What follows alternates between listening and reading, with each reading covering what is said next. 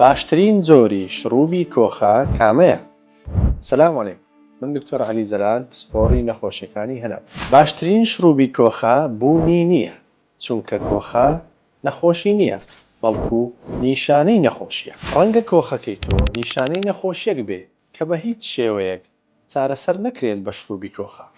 کۆخە نیشانەی چەند نەخۆشیەکی جیاوازە و مەرج نییە هەموویان پەیوەندیان بە قوڕگ و سیەکان و ڕێڕەوی بۆڕی هەناسەوە هەبێت.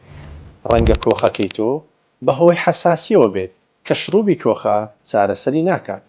ڕەنگە کۆخەکەی تۆ بەهۆی گەڕانەوەی ترشەڵۆکی گەدەبێت و کە بە هەمان شێوە شرووبی کۆخە چارەسەری ناکات. ڕەنگە کۆخەکەی تۆ بە هۆکاری پەتایەکی کاتیەوە بێت و پێویست نەکات کە شرووبی کۆخە بەکاربێنیت. هەندێک جاریش ڕەنگە کۆخەکەی تۆ پێویستی بە شرووبی کۆخە بێت و لەو کاتە دەبێتە چارەسەر بۆ کۆخەکە. بۆیە مەپرسە باشترین شرووبی کۆخە کامەیە، بەڵکو بپرسە هۆکاری کۆخەکەم چییە؟ هەمیشە ساغ و سەلامەت.